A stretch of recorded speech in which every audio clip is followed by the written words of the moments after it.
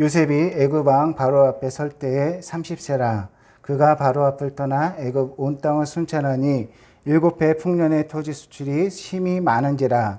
요셉이 애굽 땅에 있는 그 7년 곡물을 거두어 각 성에 저장하되 각 성읍 주위의 밭의 곡물을 그 성읍 중에 쌓아둠에 쌓아둔 곡식이 바다 모래같이 심이 많아 세기를 그쳤으니 그 수가 한이 없음이었더라. 할렐루야. 아멘. 이것이 있으니까 굉장히 멀리 느껴져요. 멀리 느껴지는데 제가 미리 준비를 했어야 되는데 PPT를 이따가 좀 연결을 해주시면은 진행하는 데 큰 도움이 될 것 같습니다. 오늘은 요셉에 대해서 한번 같이 은혜를 나눠봤으면 좋겠습니다. 여러분들 요셉 하면 생각나는 것이 무엇이 있으신가요?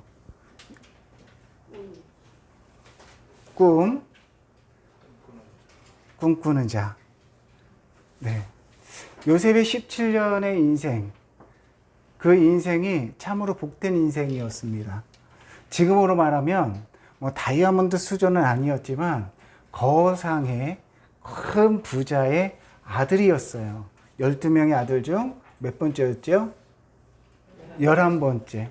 아주 그리고 우리가 성경에서 잘 알고 있듯이 12명의 형제들보다 특히 더 사랑받은 그런 사람이었어요.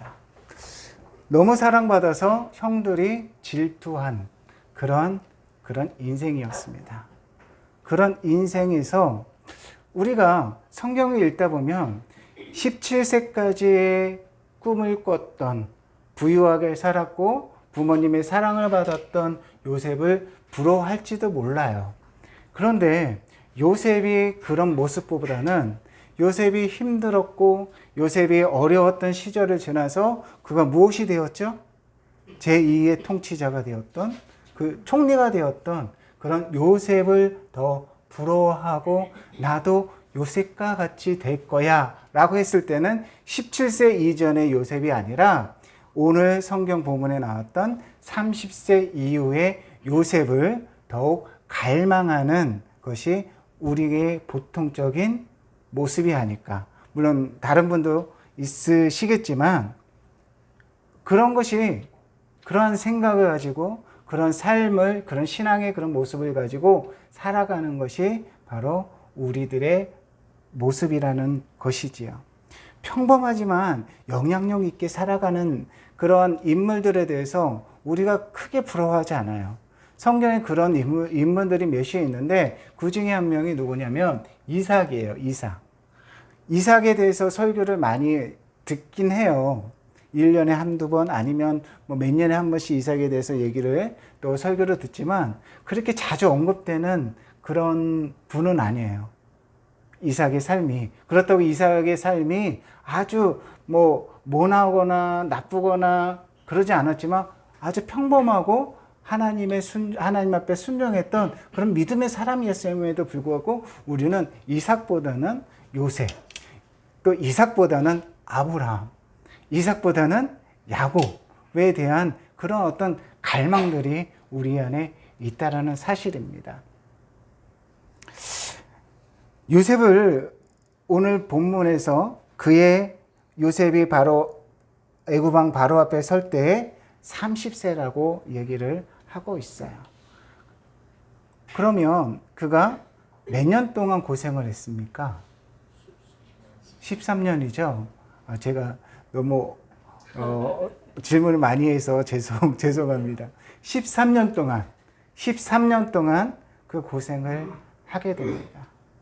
17년의 모든 것이 다 잊혀졌어요.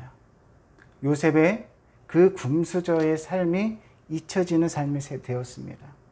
그리고 그가 17세 이후에서 우리가 생각해 봐야 될 것은 무엇이냐면 그의 인생이 변했는데 신분의 하락이 이루어졌다는 거예요. 노예 생활을 했다는 거예요. 노예의 가장 큰 특징 중에 하나가 뭐냐면 자기의 생각이 아무것도 없다라는 것입니다. 그것을 조금 유식한 말로 표현하자면 수동적인 인간이에요. 하라면 하고 하지 말라면 하지 말아야 되는 그런 인생이라는 것이죠. 여러분들의 인생은 수동적인 인생이 되길 원하십니까? 아니면 내가 창조하고 내가 발전시키고 나의 꿈을 이루어가는 능동적인 인간이 되고 싶으십니까? 다 능동적인 사람이 되고 싶어요. 저도 마찬가지고요. 군대에 가면 그것을 다 배워요. 수동적인 그런 인간으로서 살다가 이제 병장이 되고 그러면은 이제 능동적으로 시켜야 돼요. 그걸 다 배워가는 것이죠. 그러나 요셉은 그럴 필요가 없었는데도 불구하고 완전 노예로 전락했던 그런 사람이었어요. 그리고 요셉을 또한 생각하면 무엇입니까? 그는 배신을 당한 사람이었어요. 배신. 사기 당해 보신 적 있으신가요? 저는 그것만 생각해도 사람이 그래서 욱하는구나. 좀 제가 조금 과하게 표현하지 않아서 그런데 사람이 살인도 하고요. 정말 자살도 하고요. 그리고 정말 나라까지 떨어질 수 있구나. 왜? 배신을 당하다면 그 모든 인생이 완전히 망가지는 것을 많이 보게 돼요.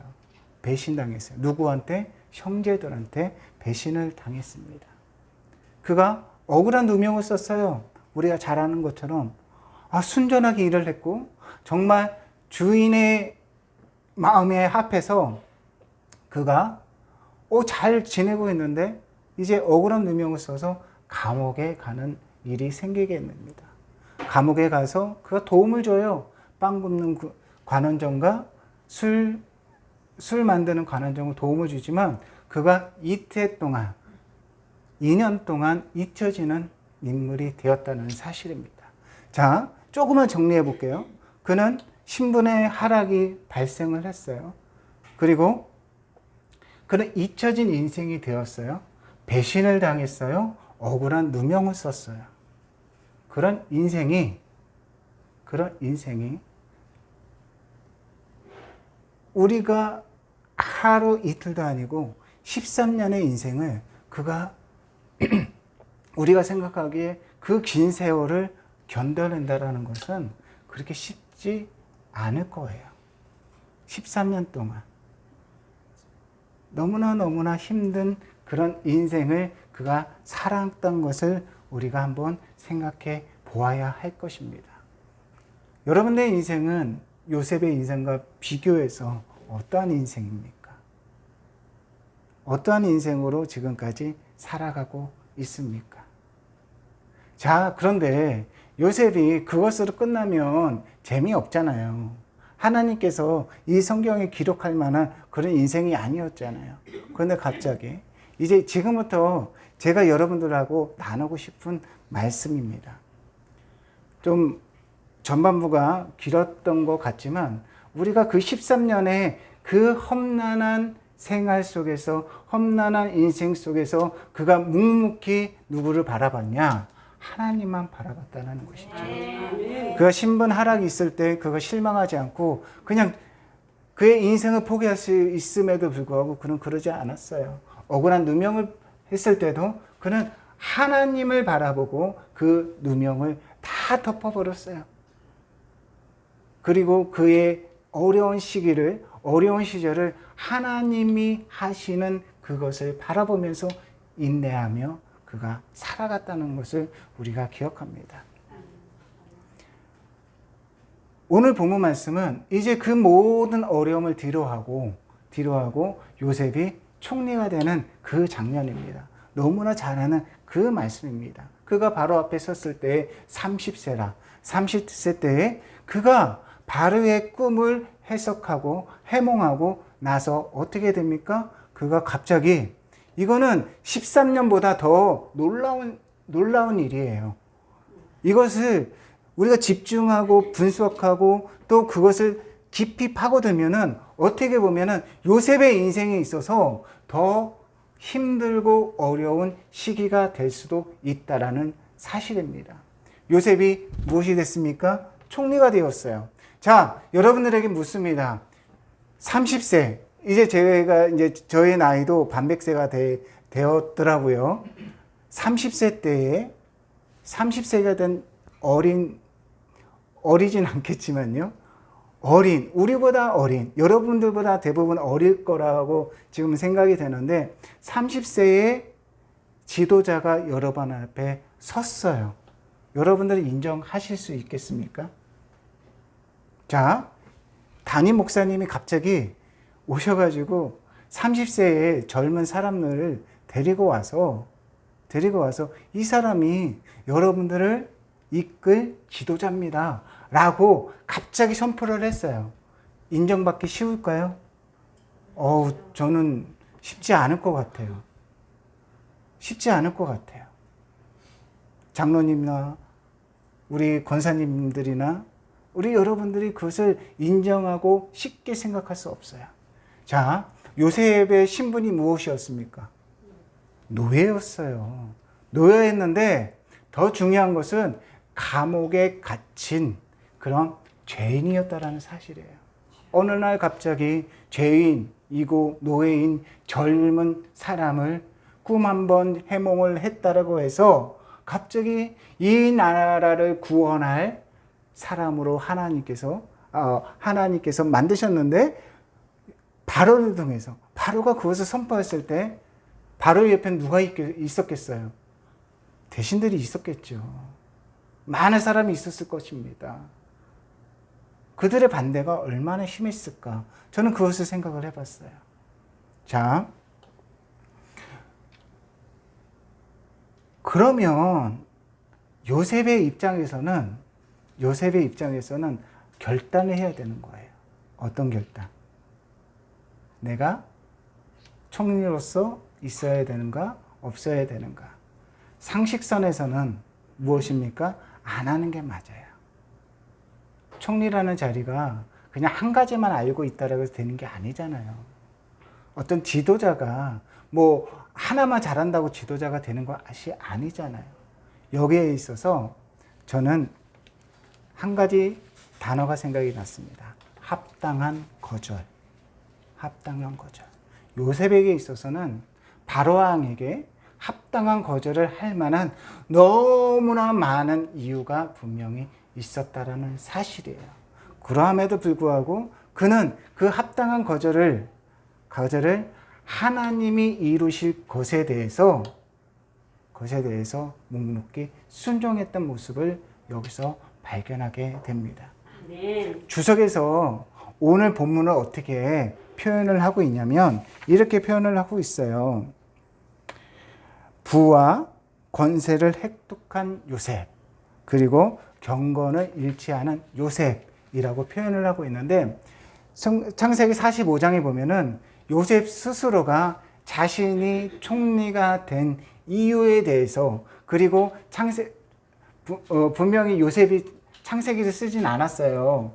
그런데 그 스스로가 이렇게 주석을 한다고 저는 표현을 하고 있는데, 어떻게 표현을 하고 있냐면 하나님이 큰 구원으로 당신들의 생명을 보존하고 당신들의 후손을 세상에 두시려고 나를 당신들보다 먼저 보내셨나니, 그런즉 나를 이리로 보낸 이는 당신들이 아니요 하나님이시라. 하나님이 나를 바로에게 아버지로 삼으시고 그 온 집의 주로 삼으시며 애굽 온 땅의 통치자로 삼으셨나이다. 요셉은 자기가 애굽 땅의 두 번째 통치자로 살았던 그 이유에 대해서 얘기를 합니다. 큰 구원으로 당신들의 생명을 보존하는 것, 그리고 당신들의 후손을 세상에 두시려고 하나님과 아브라함이 약속을 합니다. 그 언약을 맺습니다. 그 언약을 이루기 위해서는 아브라함의 자손이 살아가야 되는 거예요. 그리고 2022년 지금 이 순간까지 하나님은 그 약속을 한 번도 잃지 않으시고 저버리지 않으시고 단절시키지 않으시고 그것을 이루어 갔다는 사실이에요. 하나님은 그 꿈을 통해서 요셉에게 그 꿈을 통해서 그것을 미리 주셨고, 또한 바로의 꿈을 통해서 그가 이집트의 통치자로 되었다라는 그 사실 자체가 무엇입니까? 하나님의 구속의 역사를 이루어 가려고 그것을 준비해 놓으셨다라는 사실입니다. 아멘. 바로가 꾼 꿈은 우리가 잘 기억을 하고 있습니다. 간단하게 말씀드리면 그거잖아요. 7년 동안 풍년이 있을 것이다. 그리고 7년 후에 7년 동안 흉년이 있을 것이다 라고요. 자, 요셉에 대해서 한 가지 우리가 더 살펴볼 것은 그겁니다. 요셉이 아까 우리 목사님께서도 꿈의 사람이라고 표현을 하셨잖아요. 요셉은 꿈의 사람이었어요. 그러면 요셉의 인생이 그가 꿈꾸는 것처럼 진행이 되어지지 않았다는 거예요. 그렇죠? 그가 나는 노예가 될 거라는 꿈을 꾸었을까요? 아니잖아요. 계획을 했을까요? 아니잖아요. 그리고 억울한 누명에 대해서 계획을 했을까요? 아니라는 사실이에요. 여러분들 꿈을 꿉니다. 어렸을 때 어떤 꿈을 꿨는지 저는 알 수 없습니다. 그러나 분명한 것은 제가 분명하게 말씀드릴 수 있는 것은 여러분들의 꿈속에 여러분들의 인생에 있어서 아주 힘들고 그리고 불행한 그런 꿈을 꾸지 않았다라는 것에 저는 확신할 수 있어요. 그렇지 않습니까? 불행을 꿈꾸는 분들이 있었습니까? 나는 몇 살 때에 결혼해서 나는 불행해질 거야. 그렇게 꿈꿉니까? 아니잖아요. 나는 이때 결혼해서 행복하게 살 거야. 보통 그렇게 꿈을 꿔요. 요셉도 마찬가지였다라는 거죠. 그러나 그의 인생 속에서 하나님이 그를 누구를 통해서 형제들을 통해서 배신하게 만들었고 그리고 신분 하락을 하게 만들었지만 그 모든 것이 무엇이었습니까? 하나님의 구속의 역사를 이루어 가시려고 그렇게 하셨다는 그 사실을 요셉은 이것을 통해서 알게 되었다는 사실입니다. 간단한 수학을 또 한번 해볼게요. 7 빼기 7은 0이잖아요. 그런데 요셉이 얘기를 합니다. 7년 동안 풍년이 있었는데 형들에게 말합니다. 지금 2년밖에 지나지 않았는데 모든 것이 다 없어져 버렸어요. 모든 곡물들이 없어져 버려서 애굽 땅에 와서 곡식을 사야 되는 그런 어려움이 있다라는 사실입니다. 이제 우리 인생이 그래요.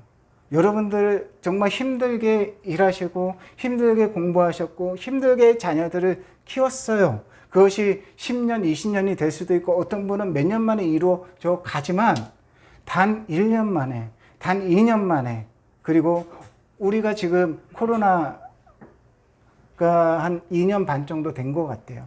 2년 반 만에 너무 많은 것들이 변화됐어요. 교회가 무너졌어요. 그리고 여러 가지 삶이 무너진 분들이 너무나 많습니다. 정말 힘들어서 죽고 싶다라고 하는 분들이 정말 많은 그런 인생을 살았어요. 10년을 공부했어요.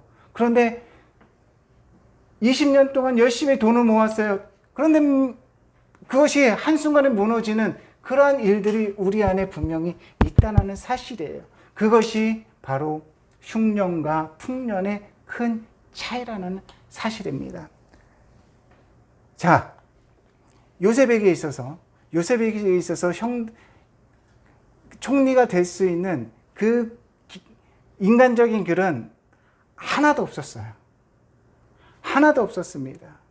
그가 됐을 때에 정말 그를 손가락질하고 안 된다고 할 많은 그런 삶의 그런 모습들이 있었음에도 불구하고 그는 묵묵히 하나님의 응답에 그는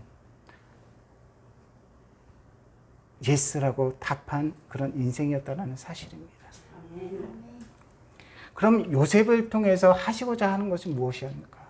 하나님이 이루실 구원의 길을 요셉을 통해서 이루어 가고 싶었다라는 사실입니다. 하나님이 요셉에게 그 길을 주셨어요. 그 길을 알려주셨어요. 그리고 그것을 잘 수행해 나갔다는 사실입니다. 오늘 본문에 보니까 각 성읍에 곡식을 쌓아 두었더라 라고 이렇게 말씀을 하고 있어요. 그 쌓아 둔 것이 뭐 창고를 져서 잘 쌓았다라는 그런 얘기는 없어요. 없는데 곡식을 잘 쌓으려면 어떻게 될까요? 창고를 짓지 않았을까라는 그런 생각을 해보게 됩니다. 그래서 저는 이것을 요셉의 창고라고 지칭을 하겠습니다. 그리고 한국에서도 요셉의 창고 미니스트리 해가지고 사역자들이 굉장히 많이 있어요. 그런데 요셉의 창고를 하나님께서 주신 이유는 조금 전에 말씀드렸지만 먹여 살리고자 하는 것도 있었지만 가장 중요한 것은 하나님의 구속의 역사를 이루기 위한 가장 근본적인 목표가 있었다라는 사실을 우리는 간과하지 말아야 된다는 사실입니다. 아멘. 이집트 왕자라는 그런 애니메이션이 한 10여 년 전에 나왔어요. 그리고 이집트 왕자 2편이 나왔을 때 요셉 이야기가 나왔었습니다. 요셉 이야기에 보면은 제가 이제 마지막 장면이라고 알고 있었는데 제 아들이 그러더라고요. 아버지, 그것이 제일 마지막 장면은 아니더라고요. 그렇게 얘기를 하면서 어쨌든 창고를 만들었는데 정말 많은 크고 긴 창고를 쫙 만들어 놨어요. 그 애니메이션에. 그리고 이집트의 사람들이 와서 무엇을 하냐? 그 창고에다가 곡식을 붓는 그 장면이 저는 인상 깊었어요. 그래서 먹고 살 수 있었구나. 흉년 때에도 저러니까 그렇게 살 수 있었겠구나라는 그런 생각을 할 정도로 정말 크고 또 뭐 아름다운 건 모르겠고요. 크게 저장을 할 수 있게끔 만들어 놨더라고요. 그래서 이집트 국민들이 살 수 있었고 주변의 국가들이 살 수 있었던 그 모든 것을 우리가 보게 됩니다. 요셉의 창고가 의미하는 것은 하나님께서 그것을 통해서 우리를 지금 이 순간까지 구원의 길로, 구속의 길로 이끌어 가기 위한 가장 기본적이고 기초적인 그 모습으로 우리를 이끌어 주신다라는 것을 의미한다라는 사실이죠. 자, 우리가 또 하나 생각해 봐야 할 것은 무엇이냐면 요셉이 총리가 되어서 가장 먼저 한 것이 무엇일까요? 오늘 본문에 보면 곡식을 잘 쌓아두는 것으로 그 시작을 해요. 초반에 제가 말씀드렸다시피 요셉은 복수할 많은 사람들이 있었습니다. 보디발의 아내도 복수할 대상이었고요. 형제들도 복수할 대상이었고요. 그리고 그를 괴롭혔던 많은 사람들이 그가 복수할 대상이었다는 사실입니다. 저는 이것을 뭐라고 표현하고 싶으냐면 합리적인 교만이라고 표현을 하고 싶습니다. 그가 권력이 됐어요. 그리고 교만을 어느 정도 가져도 지금 플렉스 한다라고 하나요? 그렇게 해도 상관없어요. 왜? 2인자니까. 그럼에도 불구하고 그는 합리적인 교만을 하나님 앞에서 다 내려놨다는 사실이에요. 형제들이 왔을 때 그들을 용서해 주었어요. 그리고 모든 그가 했던 모든 상황들에 대해서 다 이해하고 그것에 대해서 어떤 해코지도 하지 않았던 것이 바로 요셉이었어요. 합리적인 교만을 그는 행하지 않았다는 사실입니다. 우리는 이해할 수 있어요. 그가 그렇게 해도, 그렇게 그의 권력을 조금 남용을 해도 이해할 수 있는 그런 장면들이 많이 있어요. 그런 정말 무서운 것이 합리적인 교만이라는 사실입니다. 조금 이따 제가 사진을 몇 장 보여드릴 것인데, 제가 사역을 하다가 헌금이 이제 사역비가 헌금이 되는 거예요. 얼마나 감사해요. 학교 건축을 하고 나서 이제 제가 항상 기도하는 건 학교 건축보다 우리 교사들 숙소가 먼저 한 달이라도 먼저 되었으면 좋겠습니다라고 2년 전에도 한번 제가 말씀드린 적이 한번 있어요. 어느 정도 끝나니까 숙소를 건축할 재정이 들어오는 거예요. 작년 11월부터 3개월 동안 들어오는 거예요. 그때 어떤 분이 저한테, 지금 선교사님이신데, 캄보디아 선교사님이신데, 저한테 그러시는 거예요. 숙소를 완공하려면 어느 정도 필요합니까? 라고 해서 제 딴에는 너무 많이 부르면 후원을 못 받을까 봐. 그래서 6만 불을 요청을 했었어요. 6만 불이면 지금으로 하면 한 7,800만 원 정도. 근데 그분이 기도하시면서 이렇게 계산을 해보시더니 그걸로 어림없습니다. 라고 하시더니 13만 불을 모금을 해서 보내주셨어요. 감사하죠. 13만 불이면 지금으로 하면 1억 한 6천 정도, 1억 7천 정도 되는 큰 금액이에요. 그래서 잘 졌어요. 물론 물가가 많이 올라가가지고 좀 힘들긴 했는데 지금 잘 짓고 있고 이제 마무리 공사를 지금 하고 있는 상황입니다. 그리고 나서 1년에 한두 번씩 오세요. 만리에. 3월 달에 오셔서 같이 사역하고 그리고 교회를 보시고 가시더니 저희 그때 재정이 8,500만 원이 투입이 됐어요. 그리고 1층만 이제 골조만 짓고 있는데 완공하려면 저한테 또 물어보시는 거예요. 완공하려면 한 20만 불 정도 필요하겠네요. 라고 이렇게 말씀을 하시더라고요.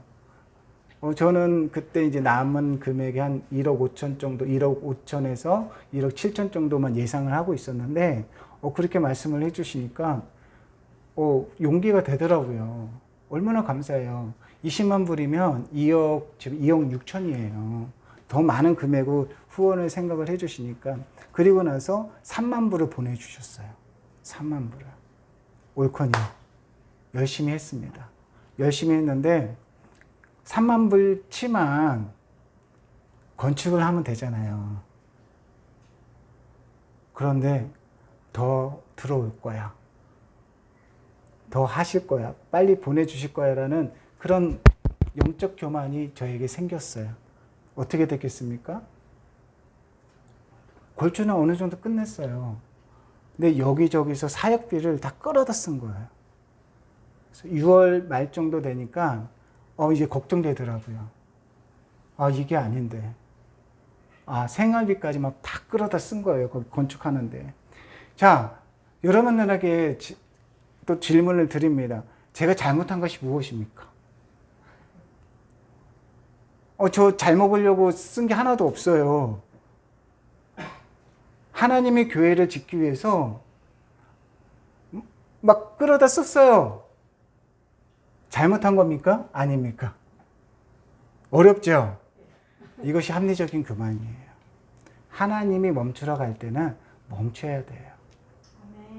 하나님이 원하지 않는 것은 하나님의 방법으로, 하나님의 뜻으로, 하나님께서 원하시는 대로 하는 것이 하나님께서 우리에게 요청하시는 것인데, 목회자들, 그리고 저와 같은 선교사들이 가장 흔하게 생각하는 것이 실수하는 것이 뭐냐? 이거예요. 합리적인 교만. 그렇잖아요. 헌금이 되어 가고 있었어요. 헌금이 들어왔어요. 그만큼만 하면 되는 거예요. 그런데 저는 그러지 못했어요. 내 생각에 더 들어올 거야. 그러니 어떻게 됩니까? 실수를 하게 돼요. 제가 이제 6월달 기도편지에도 그렇게 말씀을, 기도편을 썼어요. 많이 혼났습니다. 제 아내한테 그 얘기를 했어요. 아내하고 상의 없이 또 제가 그렇게 해가지고 많이 혼났어요. 그리고 제가 하나님께 회개를 많이 했어요. 하나님, 이것이 저의 교만입니다. 거기가 우기철이에요. 7월부터 9월까지가 우기철이에요. 하루에 한 번 정도, 이제 8월 달에는 하루에 한 번 정도 비가, 폭우가 한 번씩 내려요. 그래서 교회를 짓고 나서 지붕을 덮고 싶은 마음에, 지붕을 덮으려면은 그 3층까지 올려야 돼요. 그러니 마음은 급해지죠? 그래서 그랬어요. 근데 하나님께서 원치 않으시는 것. 근데 하나님께서 저를 어여삐 여겨 주시는 것 같아요. 또 빨리 깨닫게 하시고 또 그것을 하나님의 방법으로 마무리 짓기를 원하시는 것을 보게 되었어요. 요셉과 저의 차이는 뭐냐?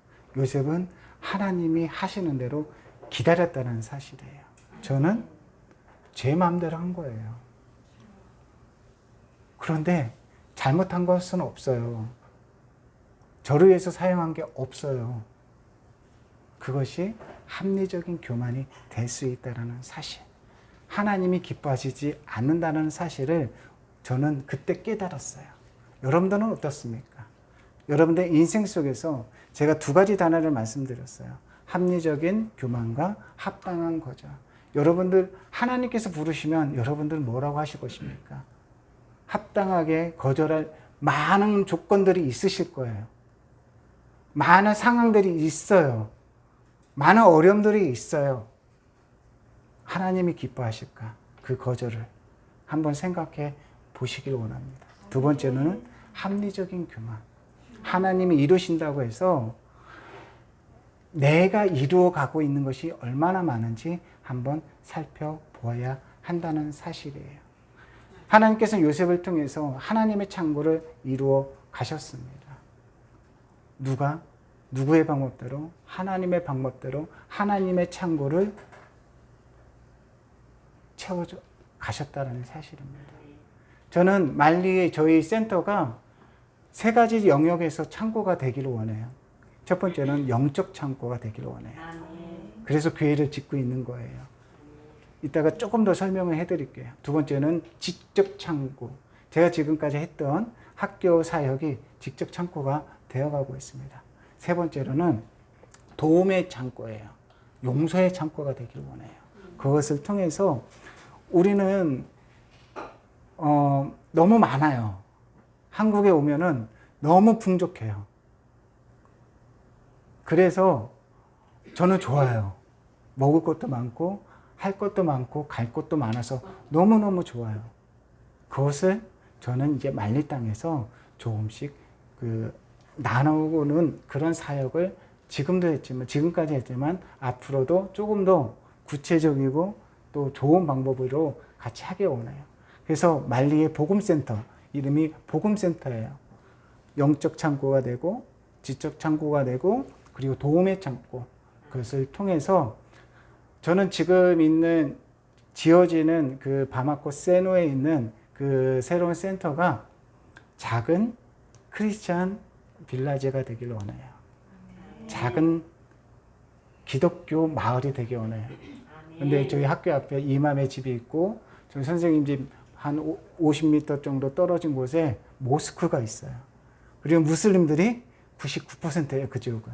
거기는. 다행이라고 말씀을 드려야 되는지 모르지만 강경은 아니에요.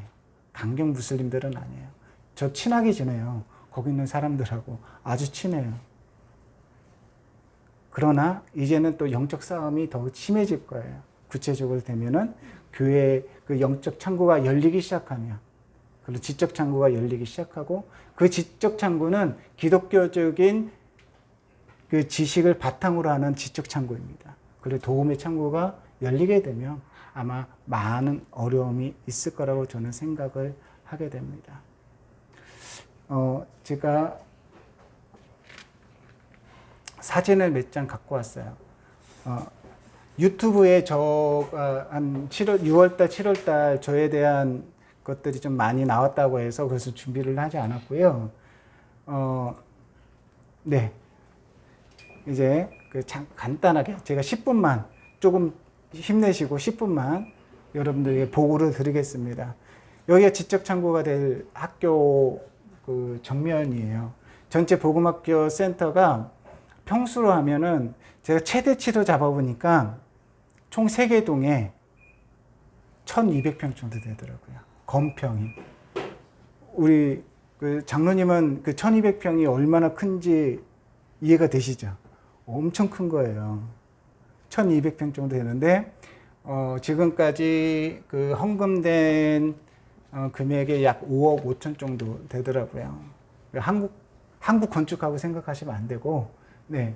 여기 이제 말리 복음 센터입니다. 지금, 다음 주부터 바닥 그 타일을 깔 거예요. 타일을 깔고, 그것이 깔리면 이제 페인트를 칠할 거고, 페인트가 칠하면 전등을 달 겁니다. 네. 여기가 측면이에요. 작지 않죠? 앞으로 이제 9학년까지 하고 여기에 소강당이 있어서 거기서 예배도 같이 드릴 거고 컴퓨터식 이게 정보 처리할 수 있는 그것도 지금 있고 도서관도 하나 있고요. 도서관도 하나 있어서 그냥 이 지역에서는 가장 좋은 학교가 될 것 같아요. 어느 권사님하고 이런 얘기를 말씀 나누면서 여기 있죠. 이 땅을 사고 싶었어요, 제가. 이 땅하고 바로 옆에 있는 땅을 사고 싶었는데 돈이 없어서 못 사고 한국 분이 샀어요. 내가 너무 아까워가지고 말씀드렸더니 한국 분이 그 30m, 40m짜리 이렇게 사셨어요. 제가 사고 싶었는데 어쨌든 여기를 해서 제가 수영장도 만들고 싶다라고 말씀을 드렸어요. 학교에 수영하는 그 더운 나라니까 그 체육 시간에 그렇게 하고 싶다라고 말씀하시니까 그 권사님이 저한테 말씀하시니 뭐라고 하셨냐면 미쳤다고 안 하시더라고요. 테니스장도 만들면 더 좋습니다. 라고 말씀하시는데 우리 학생들에게 정말 좋은 어떤 인프라를 구축하고 싶은 것이 저의 솔직한 심정입니다. 네. 학교 복도예요. 전기세가 굉장히 비싼 나라입니다. 한국의 많게는 3배 정도 비싸요. 전기세가 1kW당. 그리고 그것도 문제지만 두 번째 문제는 용량이 딸려요. 나라가. 그래서 가장 더울 때는 정전이 그렇게 잘 돼요. 그리고 전압이 안 돼가지고 에어컨을 틀어도 시원하지가 않는, 그러나 전기세는 더 많이 나오는 그런 거예요.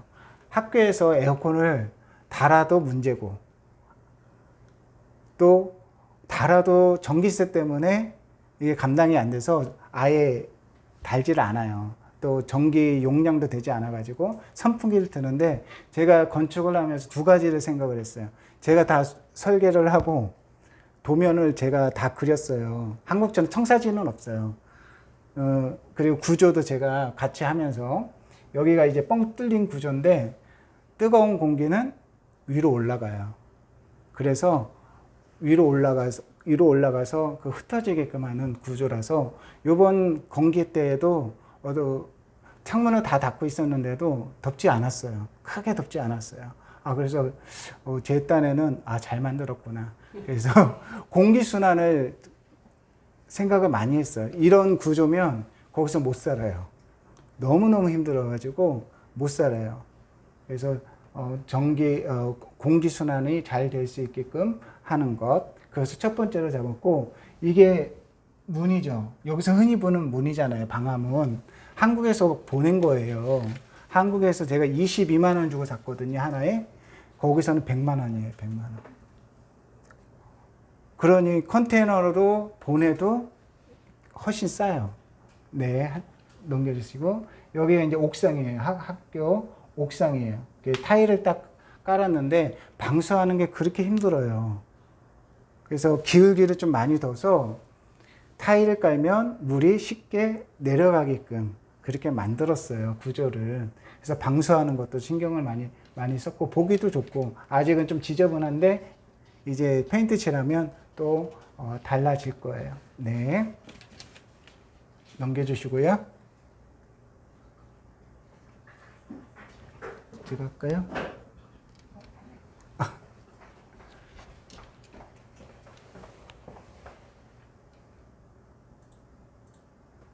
네. 교실 내부예요. 교실 내부도 이건 칠판인데 칠판도 제가 만들었어요.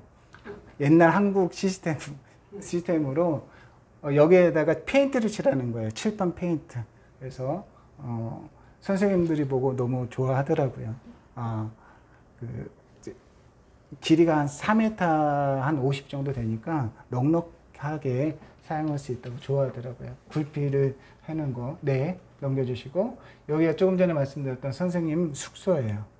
선생님 숙소인데 가정을 위한 숙소가 6개가 있고요. 싱글을 위한 숙소가 3군데가 있어서 총 9가정이 살 수 있는 그런 곳이고, 선생님들 가정은 방 2개, 거실 하나, 주방 하나, 욕실 하나. 그래서 한국 평수로 하면 실평수가 한 27평 정도 되고, 공유 면적까지 하면은 한 30평 정도 한 가정당 그렇게 하고 있어요. 네, 넘겨주시고, 여기가 2층 복도고 네. 이제 이렇게 주방이에요, 주방. 그래서 한국적으로 생각하시면 안 되고요. 그렇게 하면 너무 비싸요. 이것만 하는데도 한 8, 90만 원 들어요. 이것만 하는데. 한국으로 8, 90만 원 하면 웬만큼 좋게 할 수 있잖아요. 없어요. 한국처럼 하려면 한 3, 400만 원 들어요. 너무너무 비싸가지고 제가 다 디자인하고 그 철근 하시는 분하고 용접 하시는 분하고 목수들하고 같이 작업을 한 겁니다. 네. 여기는 이제 북박이장이에요. 북박이장. 북박이장도 제가 다 디자인을 했어요. 디자인하고, 좀 아쉬운 게 나무가 안 좋아요, 거기가. 다 뒤틀려요. 다 뒤틀려가지고, 가장 뒤틀리지 않은 게 뭐냐면, 합판이에요, 합판. 합판으로 만들고, 제가 서랍을 만들어서 목수들에게 이렇게 만들어서 설치하십시다 해서 제가 샘플을 먼저 보여줘요. 그러면 이렇게 설치를 합니다. 네. 여기가 만리복음센터 교회예요. 교회 측면인데 여기가 교회 그 건물 중에 세미나실이에요. 총 3개가 세미나 예실이어서 한 30명까지 들어갈 수 있는 그런 공간입니다. 아마 이 정도 공간이 될 거예요. 이 교회에 그 세미나실이 3개가 있어요.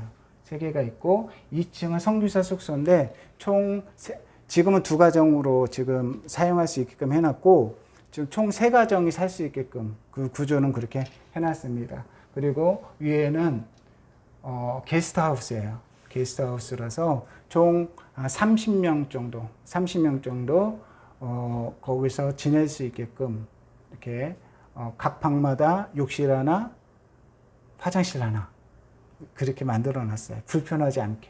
네.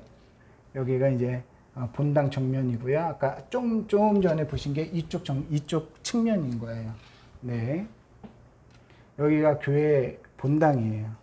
교회 본당이고 천장이 3m 50이에요. 3m 50이라서 좀 높습니다. 높고 좌석은 한 300좌석 정도 지금 생각을 하고 있고 앞으로 여기에다가 의자도 놓고 작년에 여러 교회와 또 개인들이 후원을 좀 해주셔가지고 악기하고 믹서기 그리고 악기들 그렇게 좀 갖다 놨어요. 컨테이너로. 그래서 앞에다 다 설치하고 이게 지금 사진이 이렇게 나왔는데 길이가 한 27m예요. 27m 옆으로 하면 12m 정도 되니까 작지 않은 공간입니다. 네. 이렇게 여기를 덮으려고 제가 무리를 했던 거예요. 여기 저희 불어는 똘이라고 저희가 표현을 하고 있는데 그 함석으로 두꺼운 함석으로 이렇게 하려고 지금 계획을 하고 있습니다. 네. 그래서 이제 앞으로 저희가 교회를 이제 오픈을 하기 전에 그냥 맨바닥에서 할 수가 없잖아요. 그래서 여러분들 한번 보시고 다 사면 되지 않겠습니까? 라고 이렇게 말씀을 하시는 분도 있는데 없어요. 그런 게 없어요.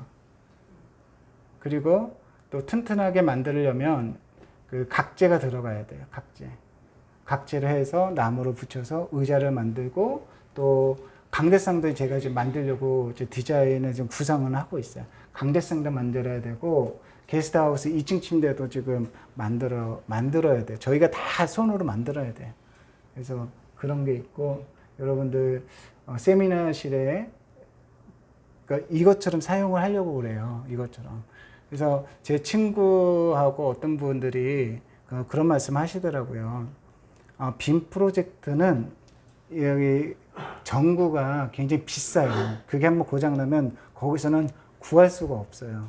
차라리 좀 큰 TV, 이런 TV를 중간중간 달아서 그렇게 활용하는 것이 어떠냐라고 말씀을 해서 그럼 너무 좋지요 라고 제가 말씀을 드렸는데 빔 프로젝트는 교회 안에서 사용을 하되 만약에 그거보다 더 좋은 시스템이 될 수 있다면 TV 큰 모니터 지금은 TV로 다 모니터를 할 수 있잖아요.